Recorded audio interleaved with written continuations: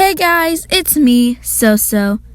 Today I'll be continuing what I've been doing for the past couple of videos. I'm going to be drawing the clothing style for the Mahajanga district. Let's go see what I made. The Mahajanga, they're called the Sakalava.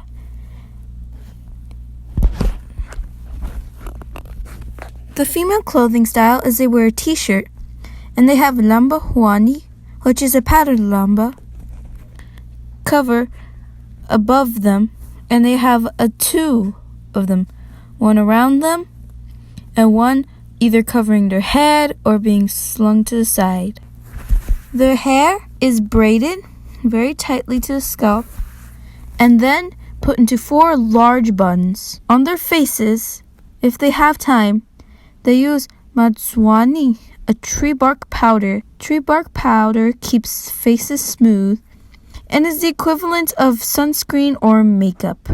Sometimes they use it to make beautiful flowery designs. Other times they just put it on their face.